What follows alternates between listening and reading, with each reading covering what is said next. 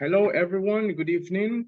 My name is Alberto Lopez Mora, and today I'm going to present some information about English teaching, which is important to take into consideration. So let's start. Okay, so today I'm going to talk about two very important things, which are error correction, and the second one is feedback. Okay, as I mentioned earlier, my name is Alberto Lopez Mora. So I hope that you enjoy this video. Okay, so the first one, correct errors in the classroom. It is a very important topic because, as we all know, students usually make mistakes or make errors in the classroom, and that is something normal.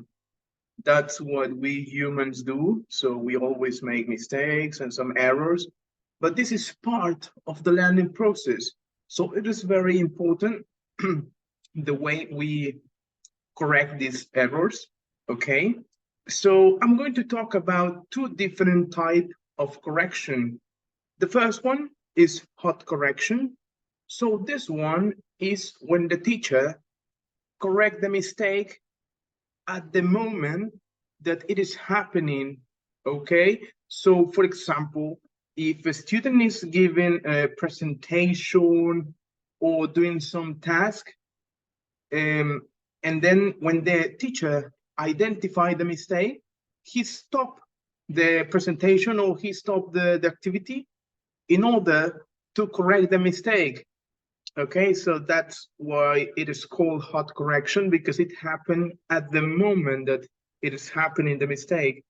Okay, so there are different opinions about this type of correction. Some of them think that it is a very good kind of correction because it is in the same at the moment that it is happening. So we don't wait for more time to correct it.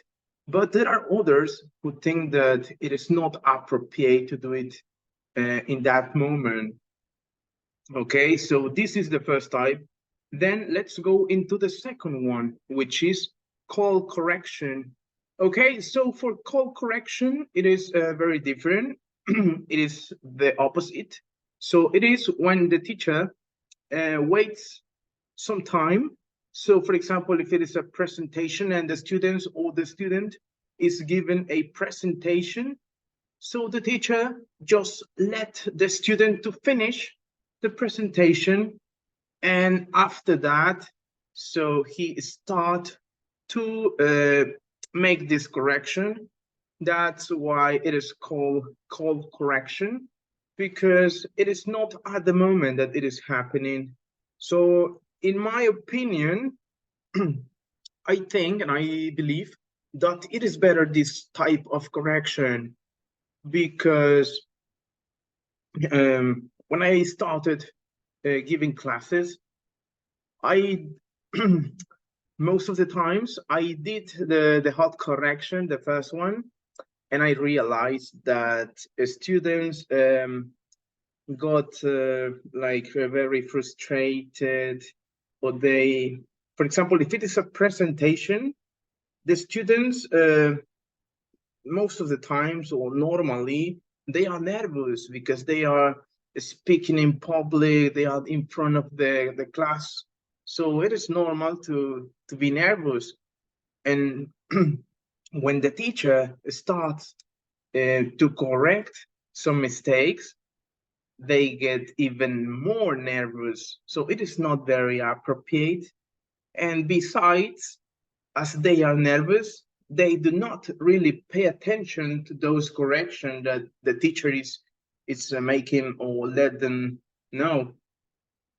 So that's why, in my case, I decided to stop doing this correction, and I started to applying the call correction.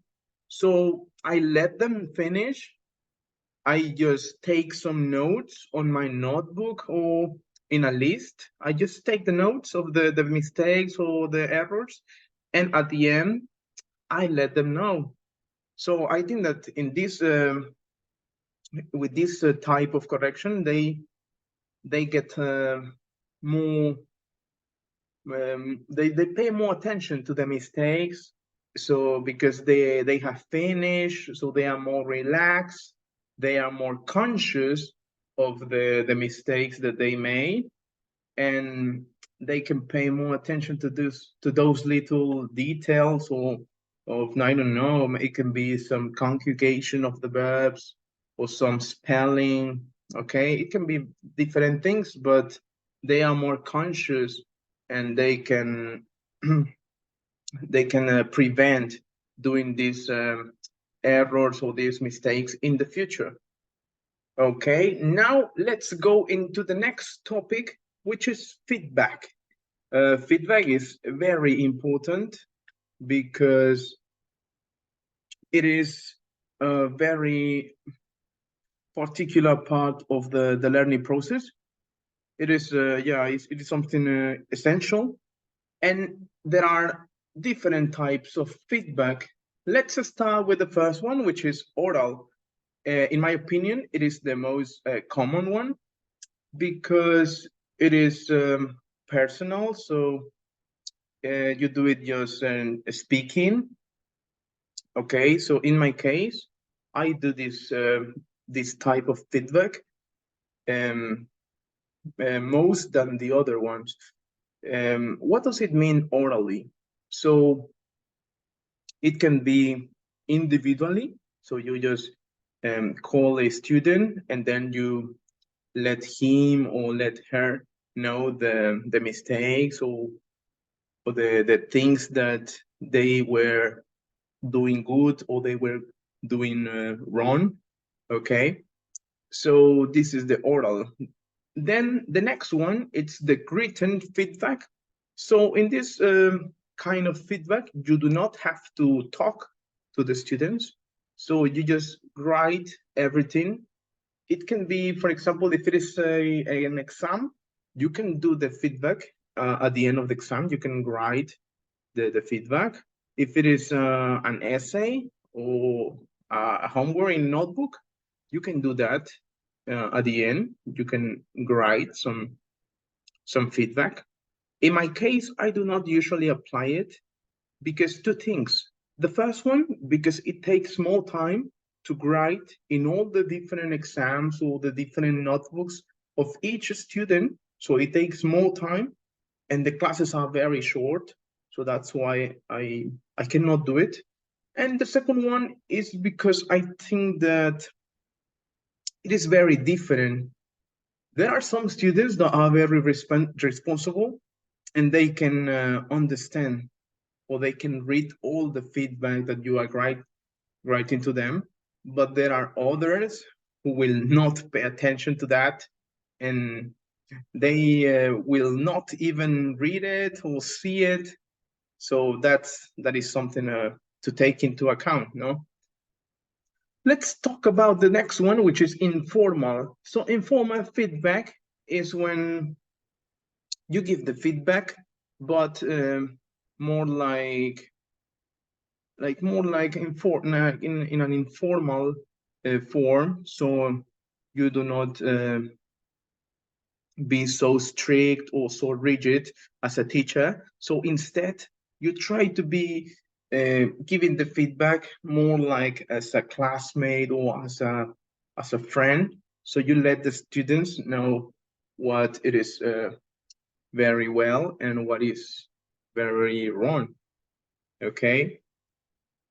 Now the next one is formal. So this one is very formal feedback. So the teacher has to do the feedback, to give the feedback in a very formal way. So for example, it can be in a piece of paper, but it can be, for example, do it by a computer or in an oral form, but you have to call the student and say, okay, so this is the feedback. So you have to be based on a rubric or something, okay, so that students can see and can notice that this is something very formal. Then there are two different types at the end. For example, is peer feedback. This is a very important and very interesting feedback because in this feedback, the teacher has nothing to do with this. Okay, so that is something like chalk, no? Because the teacher, most of the times, he is in contact, or he is inside immersed in the feedback. But in this way, the students, the teachers, sorry, do not take part of the feedback. So this is just between or among the students. So it is very interesting, no? You just make groups, or you make them work in pairs, and then you ask them to see and to watch the progress or an activity or something. And at the end, they have to do feedback each other. So it is also a very good form of giving feedback, because the students realize that they are like evaluating themselves. So they are the same level, and they are maybe more conscious in this form. They are more conscious, for example, because if the student notice some weaknesses, or so they identify them, and they are more conscious of not making those mistakes in their own activities or in their own exam, for example. So it is very interesting. Then the other one is also very important to know, is self-assess feedback. In this feedback, the teacher also is not immersed in this. The teacher does not take part of this feedback, because is the student, so that he or she has to reflect and give the feedback him or herself. Okay, so this is also very, very important and very interesting, because they have to be conscious of what they did well, and also of what they did wrong, so that it can be a complete feedback. Okay, so, and that's it. That is all about this information. I hope that you enjoy it. Just a reminder that feedback is not just for the weaknesses or for the bad things, for the mistakes. No, it's both. It's also for letting the students know about their strengths, about what they are doing well. So in this way, they can also get motivated. Okay, and that's it. So thank you for your attention, and I see you later.